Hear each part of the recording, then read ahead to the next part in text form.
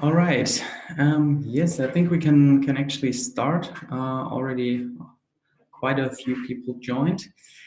So first of all, the slides will be, or the slides have already been shared in the chat here in the webinar.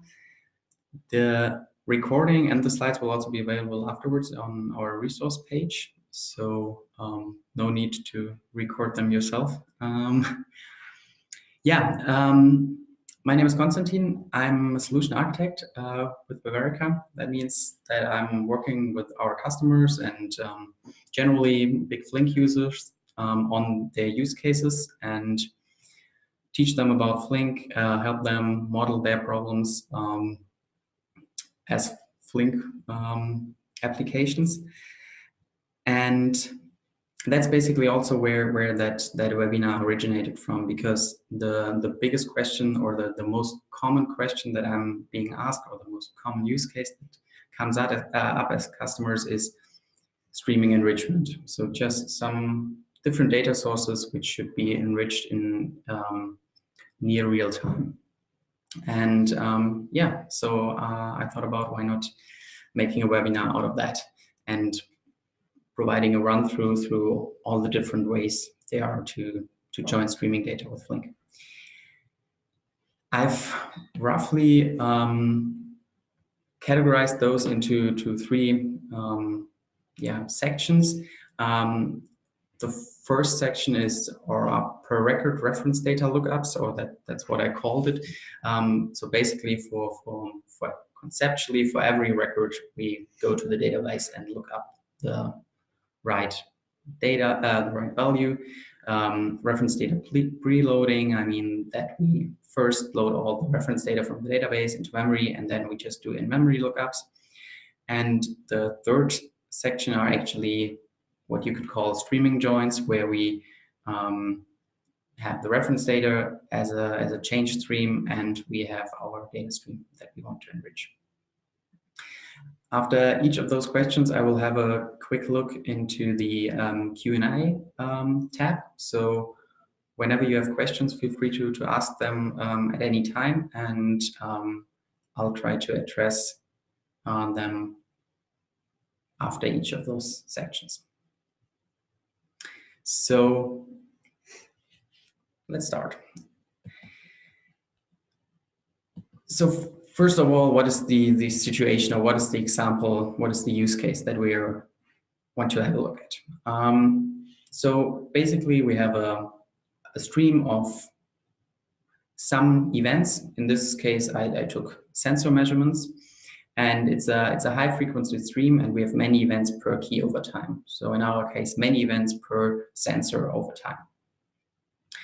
And what we want to do is we want to process them with Flink, and in Flink we want to look up some reference data in a database, and that this reference data actually changes pretty seldomly.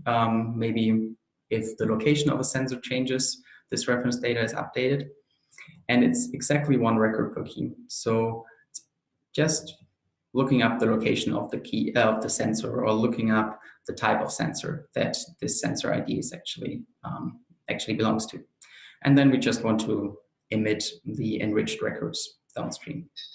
So pretty simple setup, and we now first will have a look at solutions which don't change that database. So this is an external database, could be anything, could be a traditional relational database, could also be something like Cassandra or Redis, but an external database. And the first set of solutions, as I said, that we want to have a look at are ones that actually query that database per record in some sense. So if you're familiar a little bit with Flink and with its paradigms of how you actually write data stream programs, then probably the first solution that comes to mind is very, let's say, naive synchronous lookup. So we have our database, we have a data stream with two partitions in that case. So this should symbolize a data stream running at a parallelism of 2. And when a record comes in, we just go to the database, we wait until it returns, and then we emit downstream. And then the next record comes in, we go to the database, next record, and so on. And every time we wait until the record or the reference data is returned by the database. The implementation in Flink would be super easy. It's a rich flat map function. So per record, we return 0 or more records, maybe depending on whether we find something or whether there is some error. And the database client is just instantiated in the open method of that rich flat map function, and we just call that database client. This database client keeps a pool of connections, and that's it. Obviously, this solution has a lot of, let's say, disadvantages and some advantages. The advantages are it's super simple, and it always uses up-to-date reference data. So we don't get any stale data because we go to the database for every record. So that's nice. But on the other hand, we get a very high latency because we only emit records downstreams once the database has returned. We produce super high load on the database. So think about that stream maybe being 100,000 records a second, 1 million records per second. That's nothing that a database usually can handle easily, or it's not trivial to scale databases to that extent. We probably have a very low CPU utilization on the task managers actually, because most of the time we're just waiting for the database to come back. So we send a request, we don't do anything, wait for the database to come back. So our task managers would probably don't do much. All that results in low throughput at all overall, and it is generally not a suitable solution for a high frequency stream. It's maybe something that if your database is sufficiently capable and you just want to do, you have a stream with 100 records per second or so. So the next thing that you could do, and where Flink can help you, is doing the whole thing asynchronously. So the idea here is not to wait for the database to come back before we send the next request to the database. So it could be something like that, just send a lot of requests to the database, and as they come back, we send more requests to the database. It's not exactly like it's depicted here on the slides, because they will come back at different times and we will continue to send more requests to the database.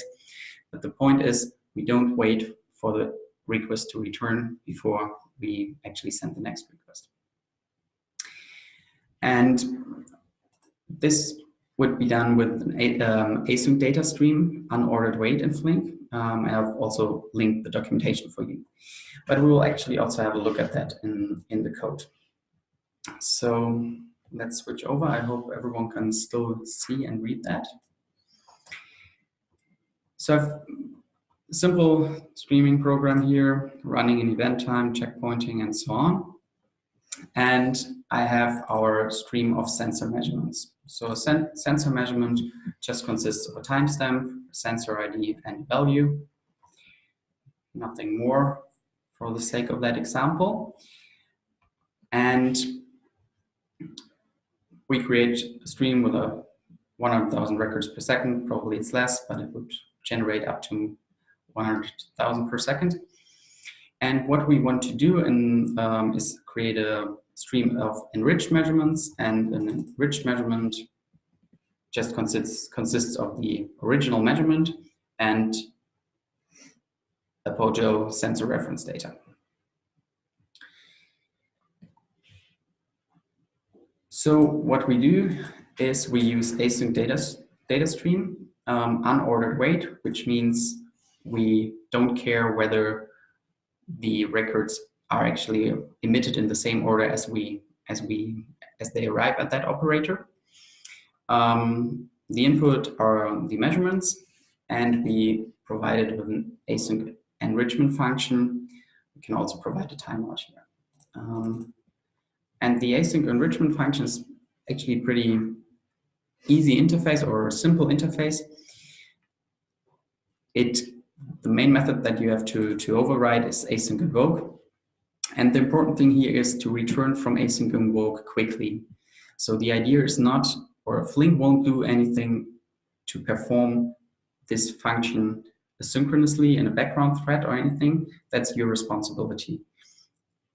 What Flink will do is it will keep track of outstanding requests. It will wire that with Flink's checkpointing mechanism. It will wire that with timing, for example, in the case of order to wait, mostly the state management. But it's your responsibility as a user to make sure async invoke actually returns quickly.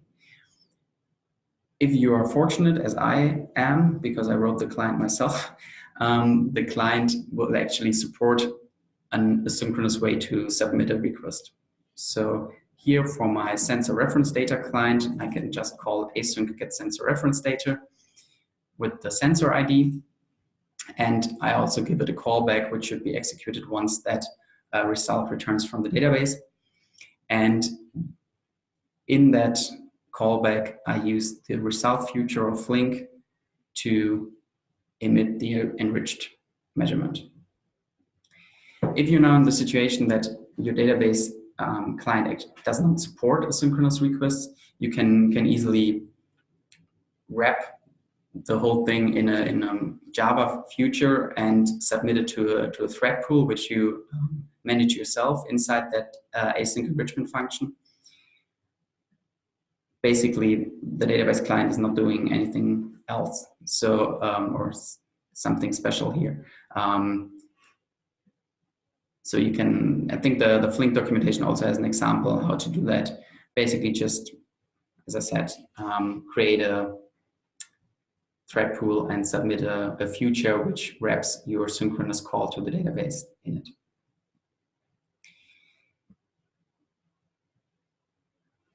So that's for the async enrichment. The advantages here are still pretty simple because Flink does the state management for you. So it will resubmit jobs, resubmit queries that have not been completed after failure and things like that. It still uses up-to-date reference data, and it has a higher throughput than the synchronous lookup. And that's just because we don't wait as much. There's still a high latency on a per event basis. Sorry. Because for each individual record, we still need to wait until the response comes back from the database. It's just that we do that in parallel. We still have a high load on the database or even higher load on the database. So if your database was the bottleneck with the previous solution already, then this solution will make things worse. And it's still overall not a suitable solution for high frequency streams. So I would still say that's a solution for low frequency stream, things like 1,000 records per second or so, where you not necessarily would need to use Flink, but you use Flink because it's part of your stack anyway.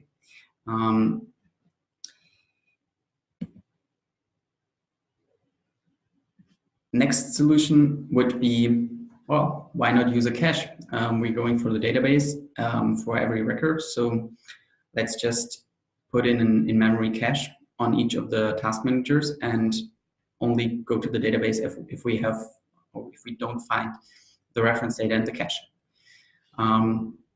So basically, first time we would always go to the database, and second time we might go to the cache, might go to the database, depending on whether that's the same sensor ID. Then we might go to the cache again, then we might need to go to the database, and basically, depending on the cache hit rate, we go to the database more often or less often. Implementation in Flink, depending on whether it's synchronous or asynchronous, you could, of course, do it both ways.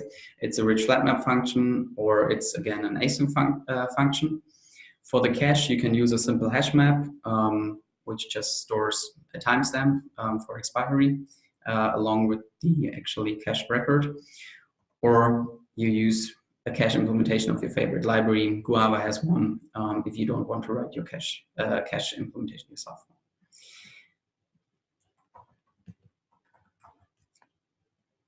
On the plus side, lower load on the database, higher throughput if the cache hit rate is sufficiently high, and a low latency for those records where you actually hit the cache. Negative, you still have a high tail latencies for those records where you don't hit the database, and you have a very high load on the database during warm-up. And depending on how your data changes over time, you might have hard to predict patterns on request patterns on the database side.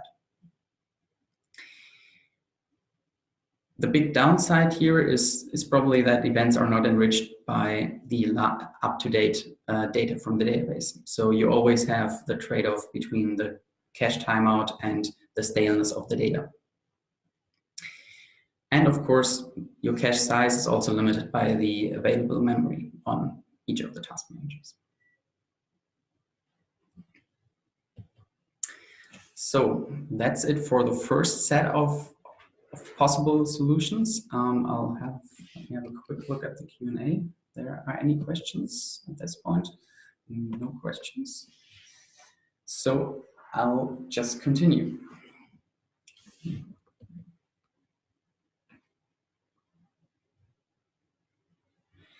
All right. Okay, there's a question for bulk requests. Whether a custom window would be an ideal way to implement that. I would probably not go for a custom window at this point, but go for a process function where I buffer the events myself, and depending on whether you want to do that on count or you want to do that in a time window, implement that with event time or processing time timers. Just because generally the API for the window operator, if you use custom triggers, custom evictors, is more complicated, harder to test, and it's easier to get something wrong in the way that your user code, your trigger, interacts with the Flink API. So that you, for example, forget to clean up some custom state in your trigger, and that builds up. I personally find it much easier to reason about that using in the process function, where you just have timers and state, and don't have to think about triggers, windows being purged, being fired at different times, and these things. So yeah, recommendation would be to use process function instead. It's also not just for that. Generally, before I would implement a custom window, I would always try to do it with a process function instead, to be honest. I think if the process function would have been around when the windowing API was developed, we would not have provided that much flexibility in the windowing API, the user-facing flexibility. Hope this answers the question. Otherwise, just ask again and I'll address it at a later point. Okay, so let's continue. Reference data preloading. So for now, we've basically, whether using a cache, whether doing that asynchronously, whether doing, we basically always try to go to the database for every record. For reference data preloading, we basically just go to the database once in the beginning, load the whole data set, the whole table into memory for each of the tasks, and then just hit that in memory data structure instead of going to the database ever again, in that simple example. So here we would, as it's depicted, only go to the database once in the beginning, load it into memory, and then with every record that comes in, we just look in memory. Implementation, very simple again, rich flat map function, and I just took a hash map here, would be a hash map from sensor ID to sensor reference data, populated in the open method, hopefully not getting an out of memory error, and then going on from there. Advantages, very simple. Usually, depending on your database client, so if your database client doesn't support like scans, then maybe a little bit harder if you don't know the actual key set. But generally simple. You get a high throughput, you get low latency on each of the records. Reference data size is limited by the memory of a single task manager, because every single task manager would load the whole database or the whole table from the database. And events are enriched with stale data. We would never update the reference data. So only when our Flink job crashes, or if we do an upgrade to our application, we would actually refresh the reference data. Probably not a suitable solution, except for, I can't even think of something. Probably not an acceptable solution. Next step would be, okay, let's actually not load the whole database into memory for each of the task managers. Let's just load part of the database into each task manager. So let's partition the table and let's partition the stream accordingly. So one part of the stream is responsible for sensors 1 to 1,000, and then the next one 1,001 to 2,000, and so on. And we only load this part of the reference data. The implementation in Flink would be via data stream partition custom, and then again a rich flat map function. So you might wonder, why do we need to do partition custom here and cannot just do a key by sensor ID, for example? The problem with key by sensor ID is that we have absolutely no control about how the individual sensor IDs are distributed among the operators.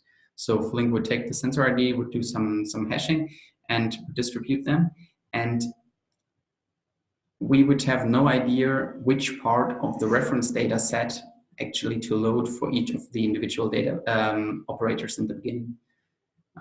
So we need to have some deterministic way. We need to know the range of keys which goes to each database, which goes to each operator right from the start. And this is something that KeyBy doesn't give us. So that's why we need to use partition custom here. I have an example for that in the code as well.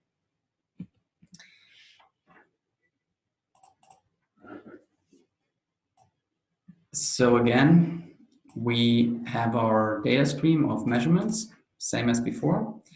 And now instead of using async data stream, we call partition custom, and we call a flat map.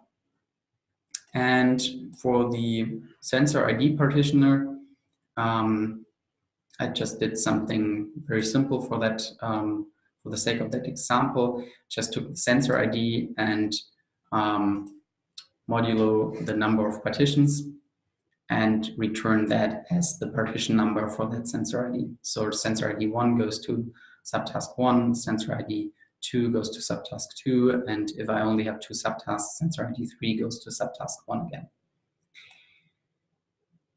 This assumes now that I have a way to load all uneven sensor IDs from the database in an efficient way. Probably that's not the case, but this is the assumption behind that partitioning here. So in the enrich function with partition preloading, I actually now load the reference data for that particular subtask with that particular parallelism. So this is the partition, this is the number of partitions. If you're not aware of that, those two parameters, or those two methods get index of this subtask, get number of parallel subtasks. It's actually super useful for a lot of things where you need some awareness of how at which parallelism is that operator running, and which of those operators is this current instance. So, for example, the Kafka consumer uses these methods as well to determine which partitions should be consumed by which operator subtask or source subtask. So in this case, we just load this part of the reference data and we just load it into a hash map here or into a map, but it's a hash map in the end. And when a record comes in, when a sensor measurement comes in, we just get the required reference data from that hash map and collect that.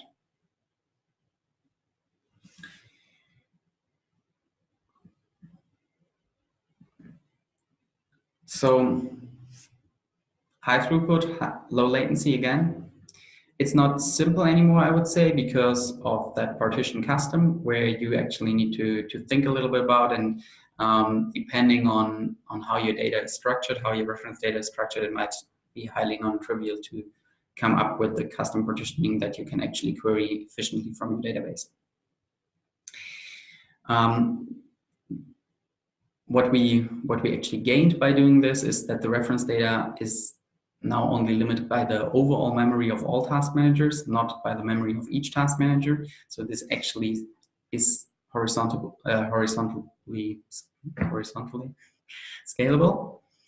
But the main problem is still that the events are enriched with stale data and no updates are ever done to the reference data.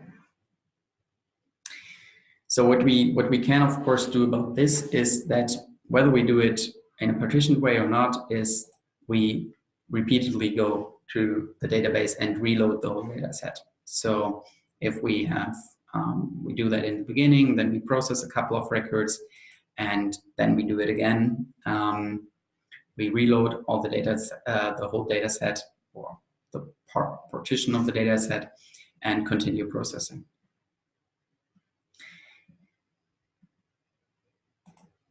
Implementation would be a co-process function in this case, and we could use processing or event time timers for reloading the database or reloading the reference data from the database.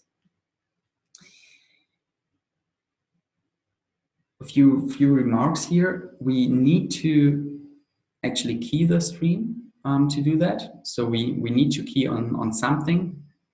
So actually, custom partition doesn't work here anymore, now that I think about it. Because if we would use custom partition, we don't get a keyed stream, and without a keyed stream, we cannot use timers, because timers are keyed state and can only be used in keyed operators. Of course, you could implement your own timer implementation without fault tolerance and everything. But if you want to use Flink's register event time timer, register processing time timer, and so on, you need to have a keyed stream. What is the difference here between using a processing timer and an event time timer? So as a refresher, processing time is basically just wall clock time. So regardless of how fast the stream is actually processed, or how fast time progresses in the stream, we would always reload, let's say, every 5 minutes. If we use event time timers, then we would do an update every time the stream has evolved 5 minutes, which means we would, for example, do faster updates during recovery when we very quickly grind through a backlog. So I would say event time timers give you slightly better semantic here, because, yeah, as I said, you can when you process a backlog, you might also want to refresh reference data more quickly, because you're actually also going through the real-time data more quickly. Yeah. Advantages: high throughput, low latency, again, as before, and the staleness of the reference data is actually limited by the refresh interval of how often do we go to the database and reload the whole thing. Still, the reference data is limited by the memory of all task managers as before. We still enrich data, events with stale reference data. And we might have, depending on how we implement that, depending on how much effort it is to reload events from the database, or all the reference data from the database, we might get load spikes or high latencies during refresh of the reference data. We can, of course, do that asynchronously in the background, but if we do it naively with timers, for example, that would be synchronous.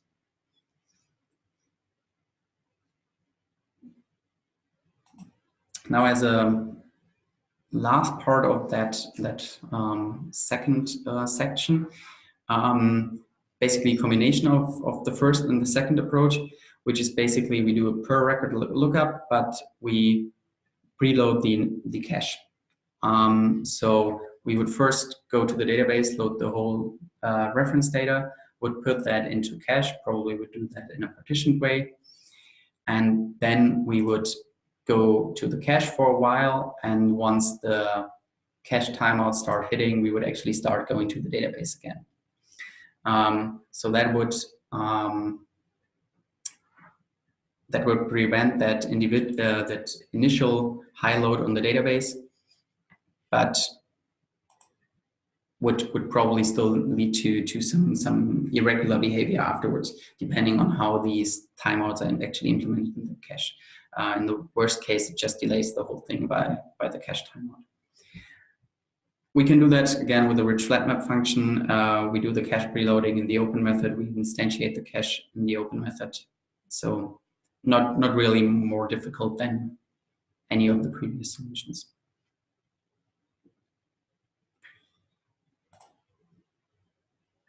Pros: high throughput, low latency, staleness of the reference data still limited by the cache timeout. Note cache timeout, not actually the refresh interval. And on the negative side, basically the same as before. Just the load spikes, depending on the data, depending on the cache, might happen a little bit differently. All right.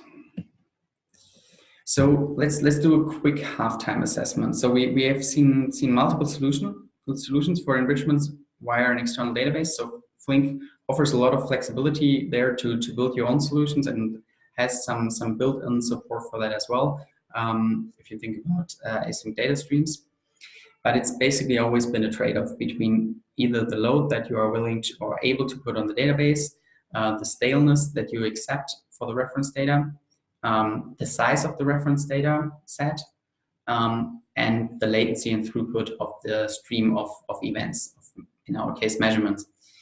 So for each individual solution, you probably need to scratch one or two of those. Either you've got a lot of staleness or a high load, or the reference data set needs to be small, or a combination of those. We will, in the next section, have a look at streaming join solutions that actually don't exhibit this trade-off. But let me first quickly look at the Q&A, if there is anything. One question, right? Is it possible to...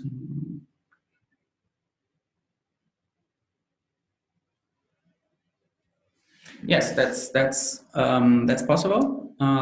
It's a nice idea. You just need to have a common data type for those. So data stream can only have one, or needs to have one type in Java. So as long as they have a common subtype, or you have a wrapper object where only one of the two fields is set for any record, that would work as well. Yeah, that's a good point, actually.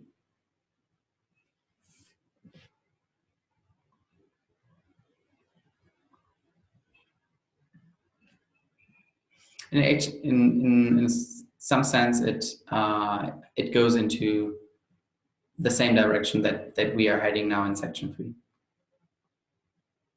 Because here we already have the reference data as a stream, which are the solutions that we look at now.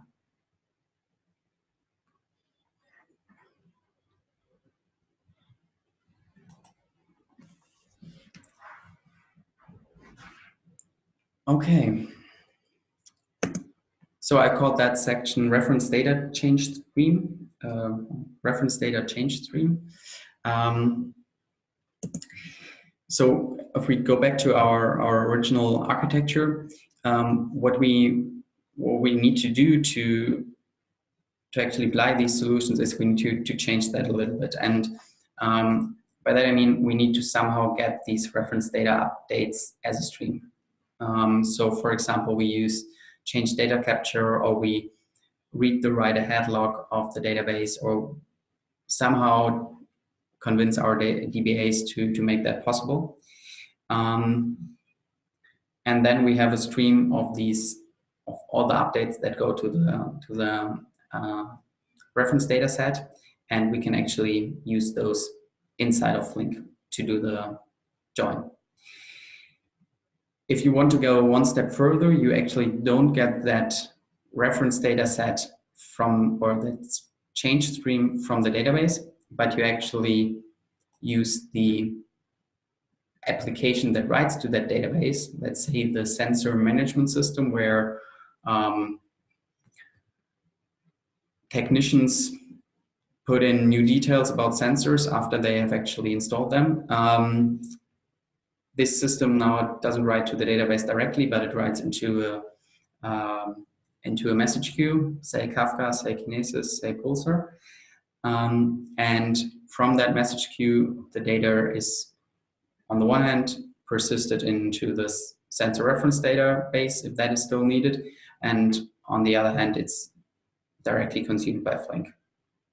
That would probably be more what you would call an event-driven architecture or streaming architecture.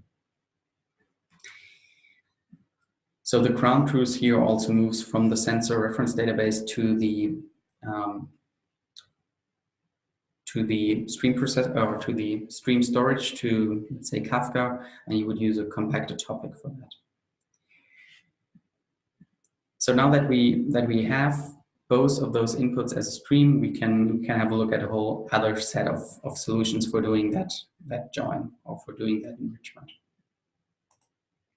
And the first one I just called simple streaming enrichment, which is of course not a good name, but it's how I call it. So we have two inputs here.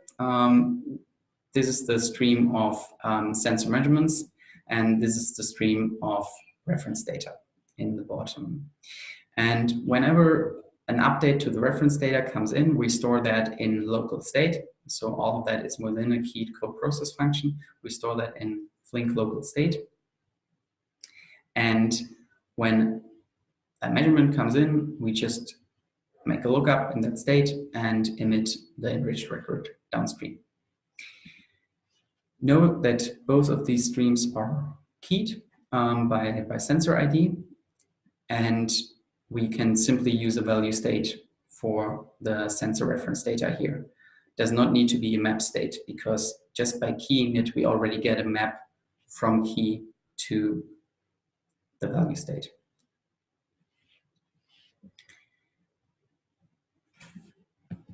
So let's have a look at how that could look in the code.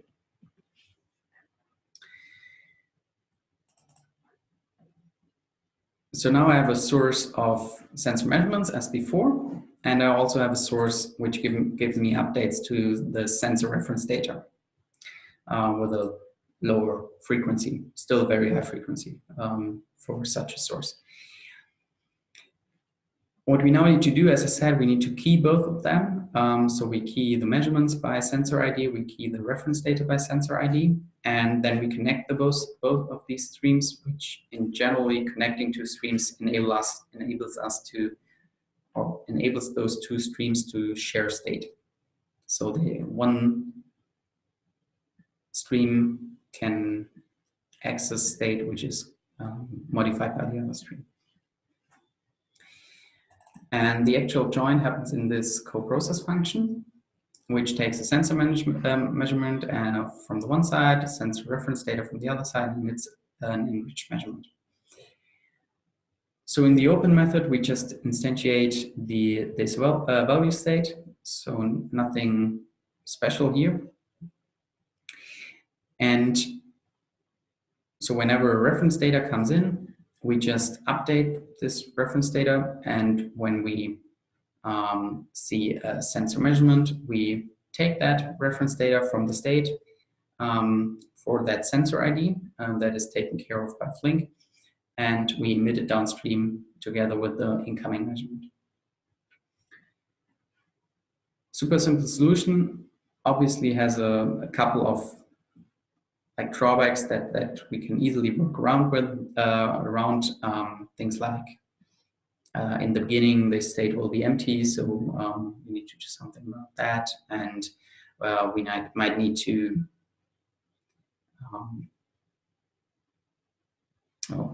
forgot what I wanted to say there, but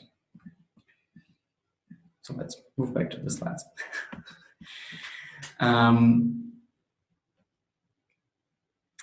Yeah, so on the pro side, we have a high throughput, we have low latency because all of that happens in memory or locally if you use WorkCV.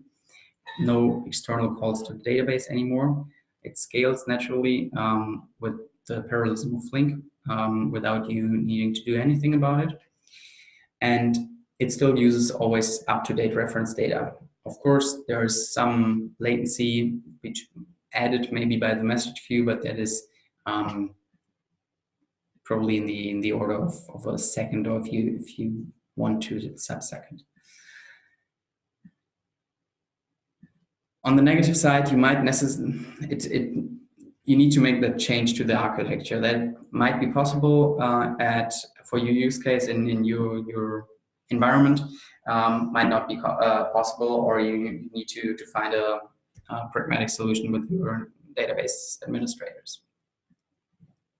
And now one thing comes into or we actually now realize that there is another problem as well. So we see that events might be enriched by reference data from the future. So what I mean by that is, imagine that we have already seen a reference data set or reference data that says this sensor is at a new location at time 10. And afterwards, we see some late records or just some out of order records that says, or that's a measurement for time 7. Then in the value state, it would already say value 10, or would already have the reference data at time 10. So we'd actually enrich it by the wrong location, the location which this sensor is only in the future. And this happens very easily because it could be that you have a load spike in your sensor measurements and you actually start having a backlog in that stream, but not in the other stream of the reference data, because there you only get a couple of updates per hour. So that is always processed very quickly, but the sensor measurement stream actually might have some spikes during the day where you have a minute or so of backlog temporarily. And during that time, you might actually join measurements with reference data from the future. And this is something that has always been the case for all of the solutions we had a look at. Of course, you can also work around these things, but probably you didn't even think about those.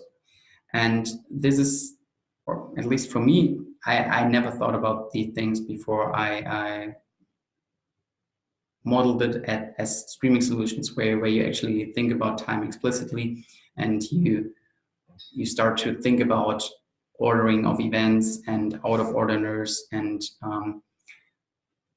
skew between different streams of events. So since we moved to this streaming architecture, we now actually think about these semantic corner cases where we didn't even think about for the other cases. So let's do something about that. And that's what I now call a simple event time join. So again, we have the reference data in the bottom coming in, and we have the sensor measurements coming in at the top. And now if the reference data comes in, we actually put those into map state from the timestamp of that reference data to the actual reference data.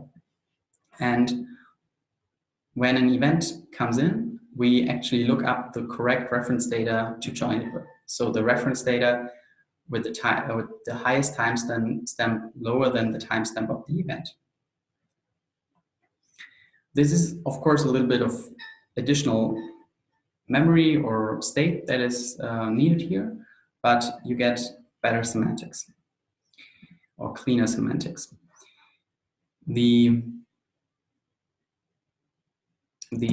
As I said, the implementations in Flink would be map state.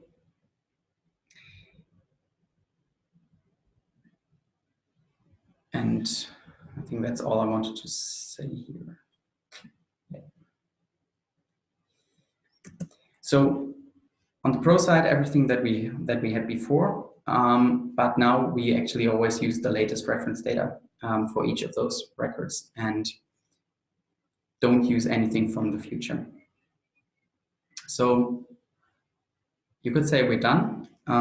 There is one more variant of that, I would say, that I want to present, which is called the temporal table join. And it's very similar to the event time join, but if we go back to here, we only considered the case where this is very quick and this is late. So we always knew that the reference data for that event is actually already here. But what would be the case if actually the reference data change stream is delayed because there was a bulk change and we have unexpectedly many updates in that stream? And then we already get sensor measurements from the new position, but we still join it with the old position of the sensor. This is not guaranteed here because we would always immediately forward that record with the latest reference data that is available at that time, which has a lower timestamp than the event itself. In the case of the temporal table join, we buffer both sides. And every time watermark arrives, so for those of you who are not familiar with watermarking, for the sake of that presentation, it's basically the mechanism how Flink advances event time. So whenever a watermark arrives at an operator, it means time has moved forward and has moved forward for all input streams.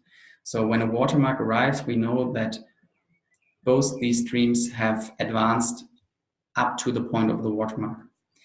And so whenever a watermark arrives, we actually have a look at both of these tables and we join whatever records have a timestamp lower than the watermark, because we know these records are ready to be joined. There won't be any updates, any strangling or stragglers coming after the watermark. Of course, there can always be late data if you're familiar with that in Flink, but this needs special treatment in any case. So the implementation in Flink is a little bit different in the table API and in the data stream API. In the table API and SQL, there is out-of-the-box support for temporal table joins. So yeah, they don't need to do a lot. It's simply an SQL keyword. If you want to do that in the data stream API, it's not there out of the box, and I would recommend that you have a look at the implementation of the temporal table join in the table API or in the for SQL, which is in the class Temporal row time join. And you can basically build an adapted version for use case of a temporal table join based on that. It's, I would say, a reasonably complicated process function, but not more than that.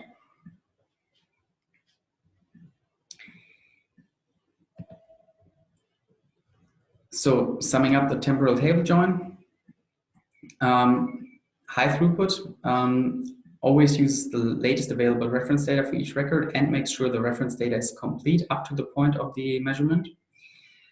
The reference data size is not limited by memory. The downside is that we get a higher latency because we will now also cache the measurements. Whereas in this case, we always enrich the measurement by whatever data is available at that point. So if you need very low latency, then temporal table joins are probably not the case, not the fit for you. And by high latency, I mean, it depends on your watermarking interval and on the out of orderness. So if you have an out of orderness of both data streams by 30 minutes, then it will be 30 minutes at least. If you have an out of orderness of only a few hundred milliseconds, then high latency means a few hundred milliseconds.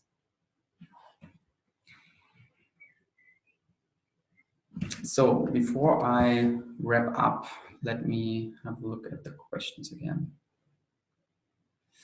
Is there a way to prioritize one stream over the other?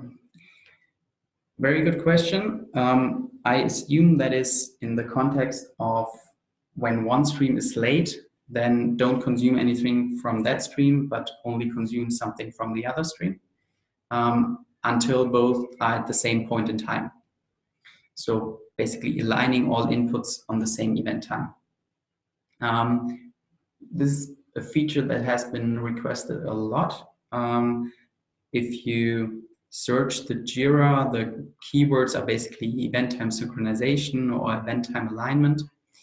And first subtasks of this issue have made it into Flink 1.8 actually. It's currently being worked on by Lyft mostly. And I assume, or my assumption would be, no promise here, that we have a solution for event time alignment, that specific way of prioritizing streams over other streams in Flink 1.9. Generally, there is currently, or for a general case, or general way to prioritize streams over others, this would probably have to wait until we have our new source interface. So the Flink community is currently discussing changing the way sources work in Flink. So if you have ever written a custom source, the current approach is mostly push-based. Basically, the user code, the source function, just has this run method, and that produces records as fast as it can and pushes them downstream as maybe back pressured, but generally just pushes these streams down, these events downstream. And we want to invert that the framework actually asks the sources for more records. And if we have that, if the framework is actually in control of which sources to ask for new records, then this gives us a lot more control over, would also make event time alignment much easier, but also gives us handles to do like general prioritization of streams. But currently, basically, each source will just try to push as much as possible into the network stack, and then Flink's normal back pressure kicks in and slows down the sources, but it's basically not controlled, the flow is not controlled by the framework for the sources, and this will change in the future.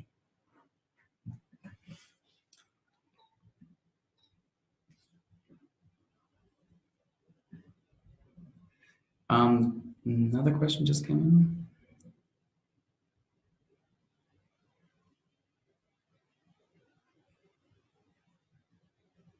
Yes, of course, that would be possible as well. So you could do a combination of the two solutions. basically emit a first enriched record immediately, but buffer it nevertheless, and then emit an update once the watermark has arrived, if the reference data has changed for that particular record. Yes. There is no out-of-the-box support for that, like the temporal table joins in SQL, but you have all the building blocks to do that in a co-process function.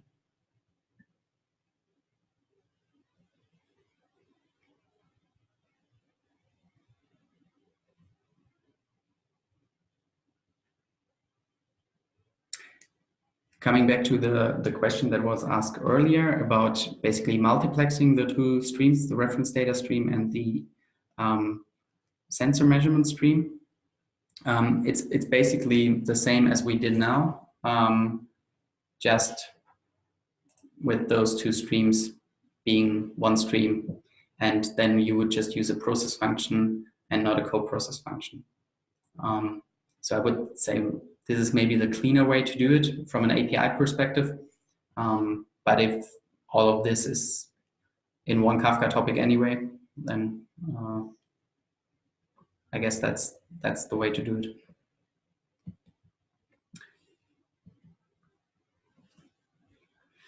Okay, so let me go through my last slide, and then there are more questions afterwards. We can do them. Yeah, so too long didn't listen. Basically, Flink provides a lot of ways to enrich streaming data with slow changing reference data. We have seen not 99 ways, but think about 10 or 12 or so. And there are a lot of variants that might fit your use case better. I try to basically give a general classification of the ideas that, or the use cases or the solutions that I've seen at customers and users. The highest performance and the cleanest semantics in terms of event time processing you get when you use a stream processing architecture, and you can actually do these enrichments within Flink, and you do joins of two streams, like for example the temporal table joins, but also any other joins that you build yourself using co-process function. If you want to know more, there is a talk by my colleague Piotr on the temporal table joins in particular, and generally the challenges when joining two streams from Flink Forward this year. I have published all the examples or the example code on GitHub.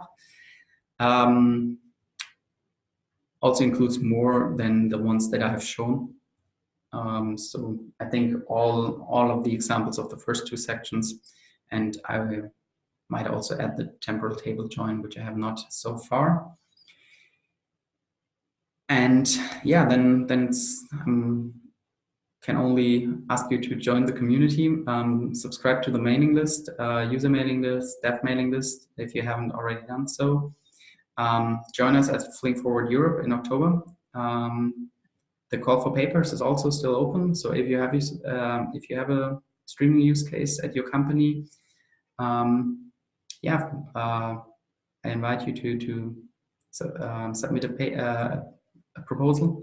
We're always happy to see new use cases which we didn't know about so far, and yeah, reach out if you have any questions. So I'll have a last look at more questions.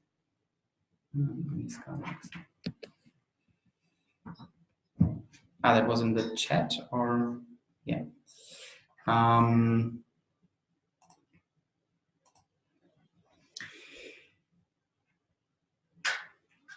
No Scala examples. So not in the repository. Generally all of what I've shown also works with the Scala APIs. I'm not aware of any limitations there, but I have not published any examples in Scala. Sorry.